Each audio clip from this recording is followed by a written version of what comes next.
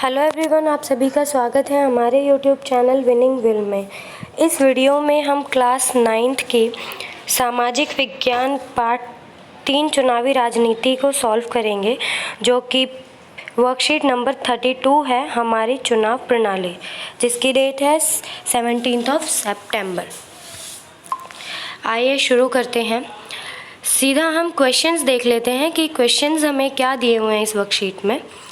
सबसे पहला जो क्वेश्चन है वो है आम चुनाव और उपचुनाव में क्या अंतर होता है। तो हम देख लेते हैं वर्कशीट में हमें क्या बताया गया है आम चुनाव और उपचुनाव के बारे में। आम चुनाव, हमारे देश भारत में लोकसभा और विधानसभाओं के चुनाव हर 5 साल बाद होते हैं। मतलब कि हर 5 साल के बाद आम चुनाव ये लोकसभा और विधानसभा में चुनाव होते हैं हर 5 साल में। 5 साल के बाद लोकसभा और विधानसभा भंग हो जाती है, यानी कि जैसे कि मान लीजिए इस साल चुनाव हुए हैं तो अगले 5 साल बाद वो सरकार लोकसभा की और विधानसभा की अपने आप ऑटोमेटिकली भंग हो जाएगी और फिर से जो होंगे चुनाव होंगे।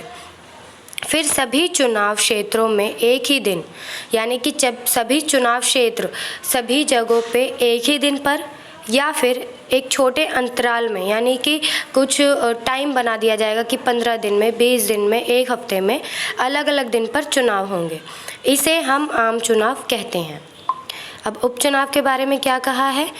जब कोई क्षेत्र किसी सदस्य या प्रतिनिधि की मृत्यु या इस्तीफे से खाली हो जाए, यानी कि कह रहा है उपचुनाव होने का जो रीज़न होता है, किसी क्षेत्र में अगर वहाँ पर राज करने वाला प्रतिनिधि या वहाँ शासन करने वाला सदस्य उसकी मृत्यु हो जाए या फिर वो इस्तीफ़ा दे दे, उसकी जगह खाली होने पर जो चुनाव करवाए जाते हैं उसे ही उपचुनाव कहते हैं। तो आइए क्वेश्चन का आंसर भी देख लेते हैं। वर्कशीट में क्या लिखा है वो हमने देख लिया। आम चुनाव और उपचुनाव में अंतर। आम चुनाव, भारत में लोकसभा और विधानसभाओं के चुनाव हर 5 साल बाद होते हैं, ये हम जान चुके हैं। चुनाव क्षेत्रों में एक ही दिन या एक छोटे अंतराल में अलग अलग दिन चुनाव होते हैं, इसे आम चुनाव कहते हैं। यानी कि हर 5 साल पे जो चुनाव होते हैं उसे आम चुनाव कहा जाता है आसान सी भाषा में। अब उपचुनाव क्या होते हैं।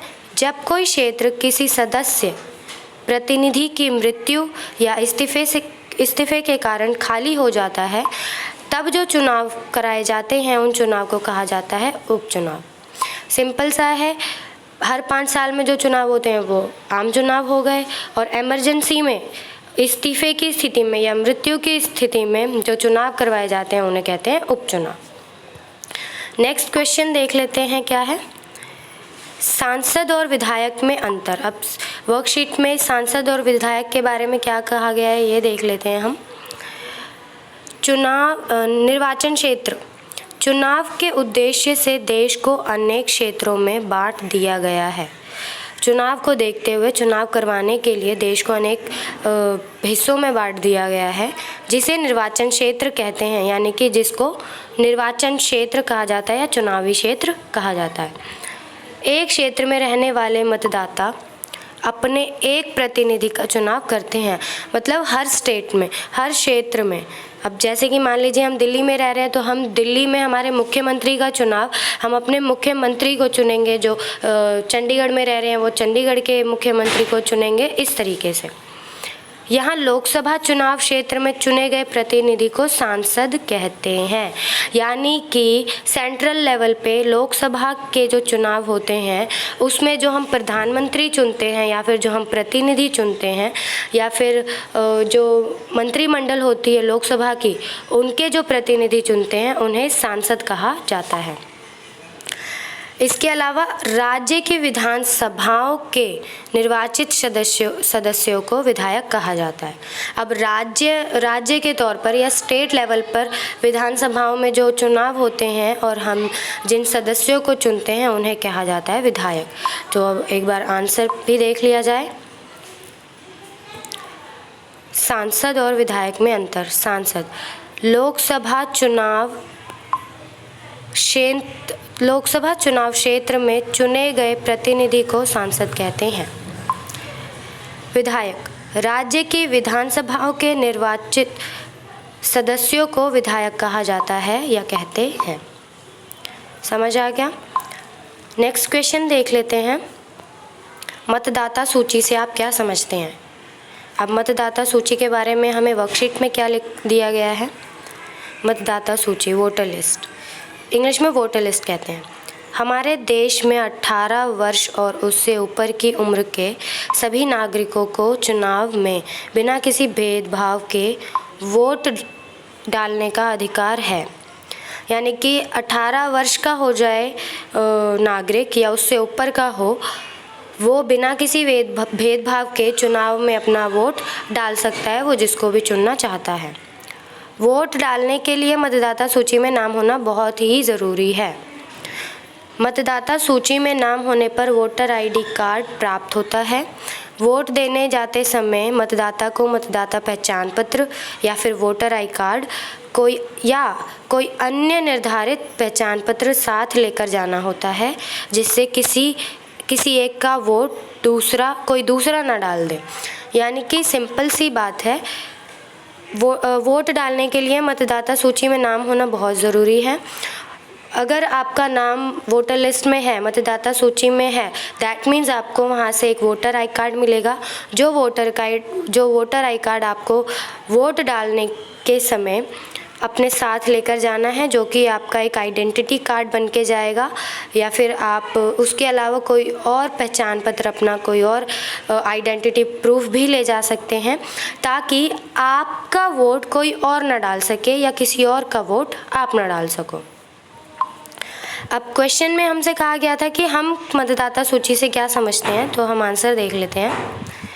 मतदाता सूची 18 वर्ष या उससे ऊपर की उम्र के नागरिकों को वोट डालने के लिए मतदाता सूची में उनका नाम होना अनिवार्य है।